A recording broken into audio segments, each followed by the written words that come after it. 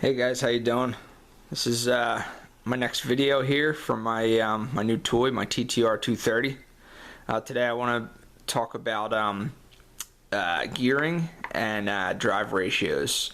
The reason is because the TTR 230 stock, I don't like the gearing of it. First and second gear really are just not usable stock, so something needed to be done in order to fix that. And basically I'm going to explain in this video what I did, why I did it, and basic gear theory that applies to all dirt bikes and motorcycles or anything else that has different sized gears. Alright, so basically the way gear theory works is, let me try to get this camera view in here. So you have a small gear up front and you have a big gear in the back. The front gear is called the countershaft sprocket. The rear one is called just the rear sprocket. Now, just for to illustrate this purpose, I'm just going to make up some numbers so I can explain how this works. Alright, so let's say that this rear sprocket is a 4 and this front sprocket is a 1. Alright, basically what you're going to get is what's called a drive ratio. The way you get the drive ratio is you divide the bigger one by the smaller one. So 4 divided by 1 equals 4.00. Alright, what that means, and of course these sprockets are connected together by a chain. So what that means is this smaller gear has to spin around 4 times for this to spin around once. So starting here, 1, 2, 3, 4 for this one to spin around 1. That's what that drive ratio means. So if you made this sprocket, the front sprocket, bigger, you made that a 2 and you kept the back one as a 4, that would give you rear divided by front. That would give you a drive ratio of 2. That means this would have to spin around 1, 2 times for this to spin around 1 time. Alright. Also, you can go down in the front. So instead of being a 1, you can have it be 0.5, half the size. Keeping this one as a 4. 4 divided by 0.5 gives you 8. Alright, sorry about my writing here. Trying to hold the camera and write at the same time.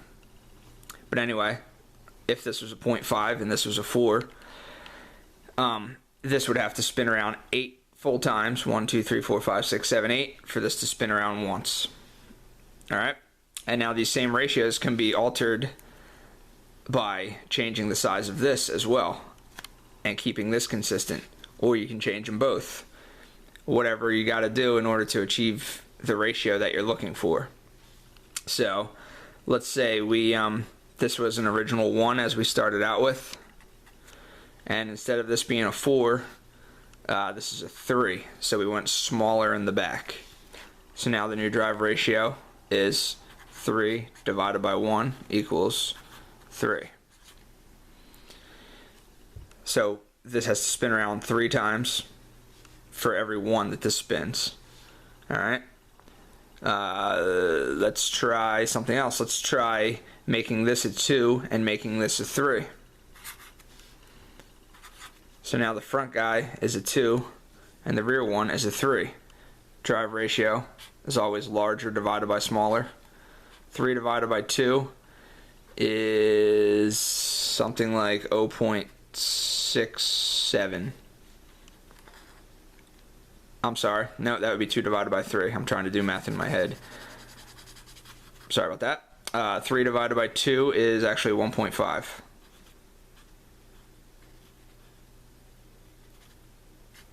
Again, trying to write without having anything to hold while I'm holding this camera is difficult. So yes, 3 divided by 2 is 1.5.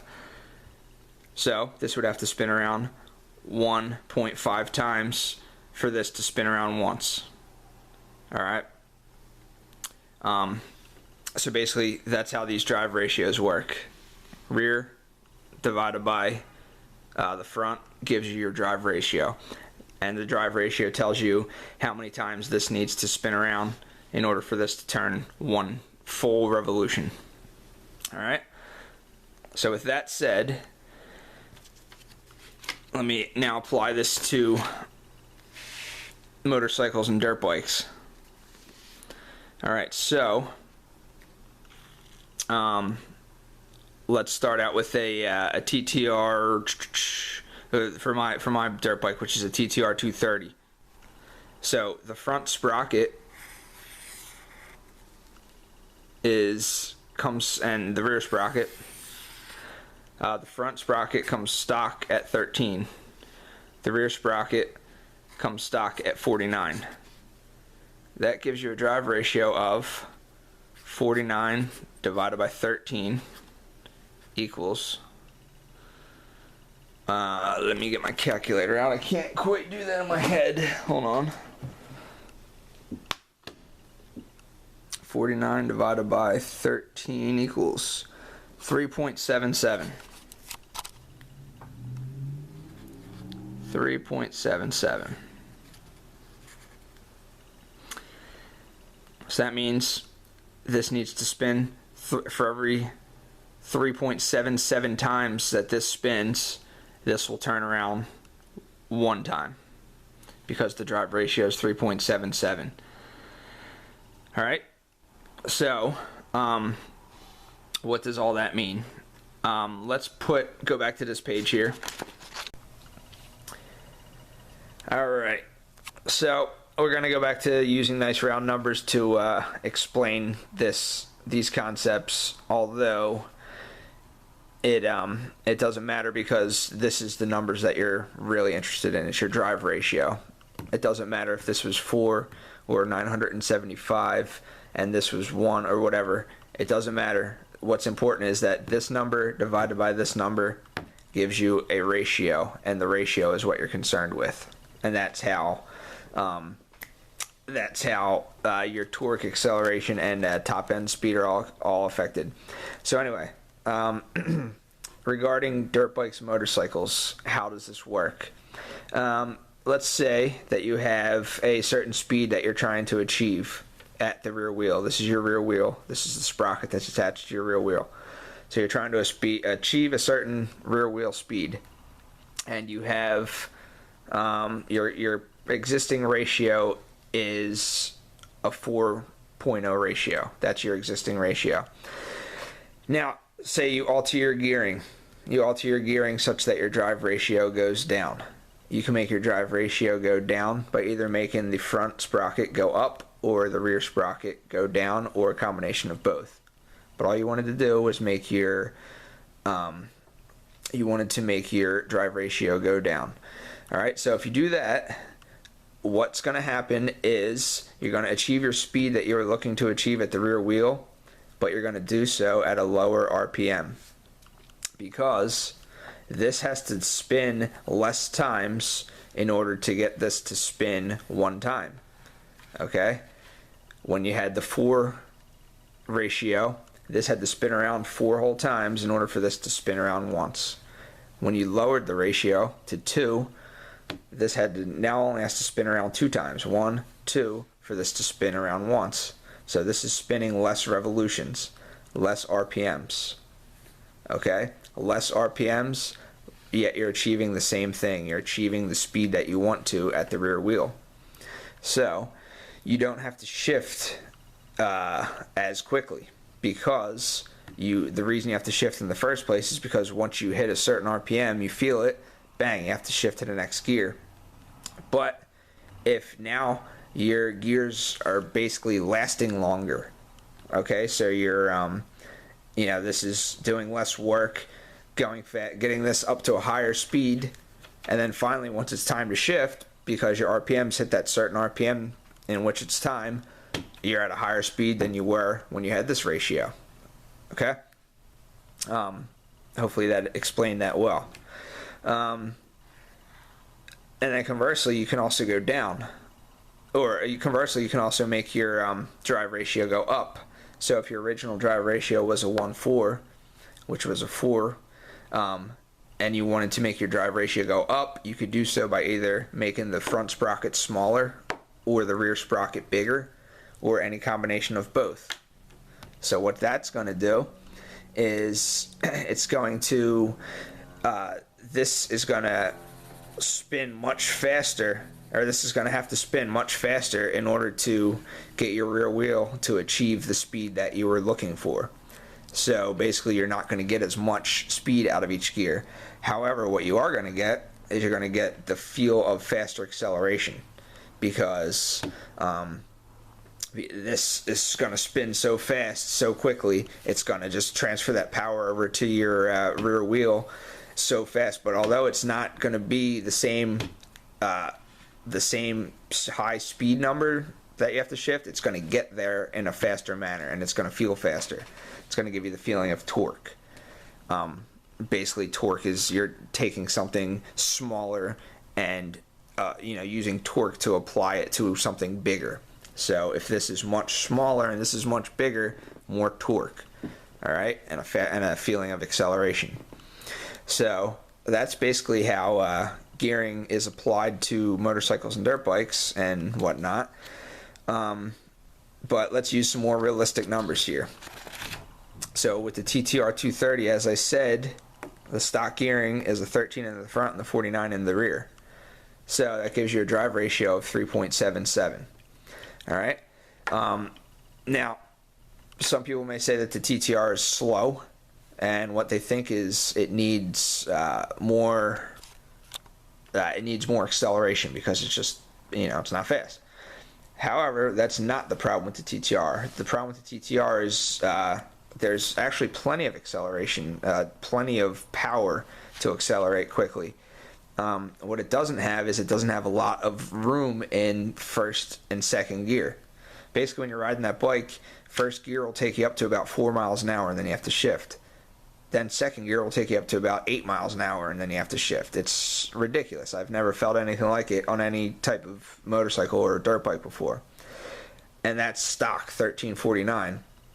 So some people are thinking that they need to go lower in the front and increase this ratio, but that's actually not the right thing to do, in my opinion, for this bike, because you're already not getting anything out of first and second gear. So what you want to do is you want to make first and second gear longer. You want to do what's called taller gearing, and you do that by manipulating your numbers such that this drive ratio goes down. Okay, so that's going to give you, this has to spin less to achieve the same speed. Okay, like what I just talked about on the last page.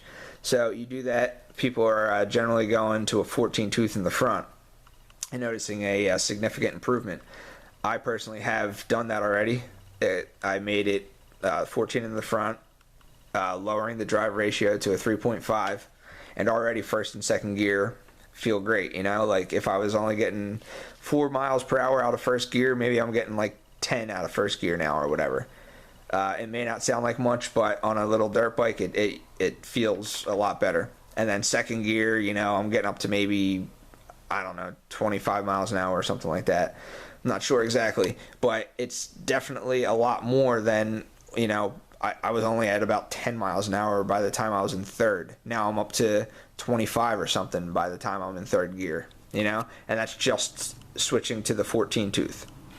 Now a lot of people are also going to the 15 tooth in the front for the TTR 230, further decreasing this drive ratio. But the problem with that is you can't get your counter shaft cover back on.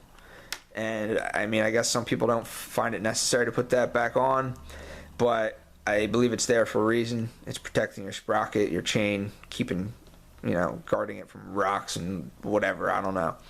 It's a cover. If the cover's there, I'm going to use it, why not? Therefore, I'm not going to I don't think it's a good idea to go to the 15 tooth in the front. But you can still achieve the same ratio because of 1549. 49 divided by 15 gives you a ratio of 3.27. You can still achieve that same ratio. I'm already at the 14 now. I can achieve it by going down in the back.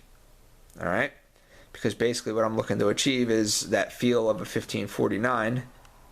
But since I don't want to go 15 in the front, I simply keep the 14 in the front and then change the back instead to a 1446.